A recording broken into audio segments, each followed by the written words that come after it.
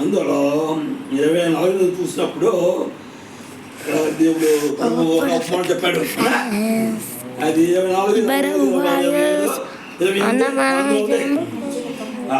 గురువు గొలువు నిలిచినప్పుడు ఎవరో గురువులు కూడా 24 నుంచి 30 వచ్చినారు. గురువులు ఎవరో చదివారు. గోధుమలతో పాటు గురువులు కూడా మెరుగుతున్నాయి. అప్పుడు నడుచుడు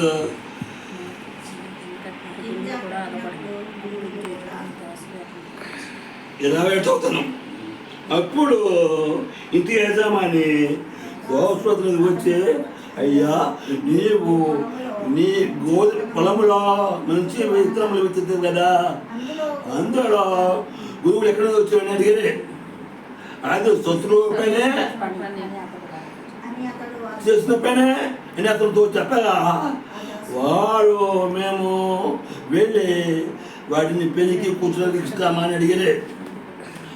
అందుకతాడు వద్దు వద్దు గురువు కూర్చుంటాగా వాడితో కూడా ఒకవేళ గోధుమలు పెరిగించారు. ఒక కాలం ముందు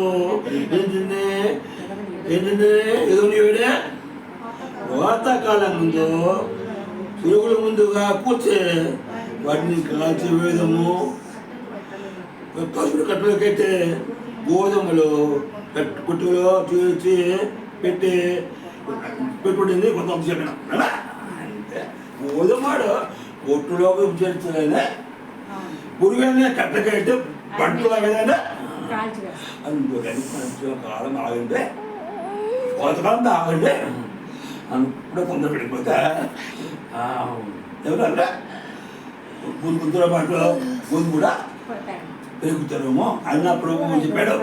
ఆ విధంగానే అక్కడ అది కనగడం దగ్గరికి వచ్చాడు దేవుడు. పెద్ద ఉంది, అది కాదు పెద్ద ఉంది, అది కాదు పెద్ద ఉంది.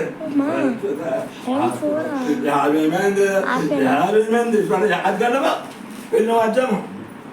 రోవా 50 మంది ఉన్నాయనుకో, లోతున్న సోదమా అని నాకు చేస్తున్నాడు.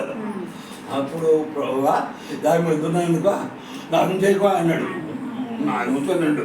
పోనీ అది తప్పు వచ్చాయనుకో 40 మంది ఉన్నాడు, 40 అన్నాడు, 30 అన్నాడు, చాలా అన్నాడు.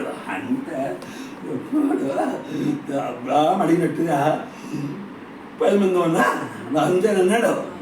ఇప్పుడు నిజంగా నాశనం చెప్పడాక ప్రపంచం నాశనం చెప్పడాక అంటే స్నేహితుడు అయినా మనమే కాదు. అదేనా ఇప్పుడు ముడుతుంది నేను ముడుతుంది అంటే దేవుడు నొక్కి పెడుతున్నాడు. నొక్కి పెట్ట ఇంటికానే రాష్ట్రాలతో తొడుకున్నారు. కానీ ఈ ప్రపంచమంతా ఈ రాజ్యమే.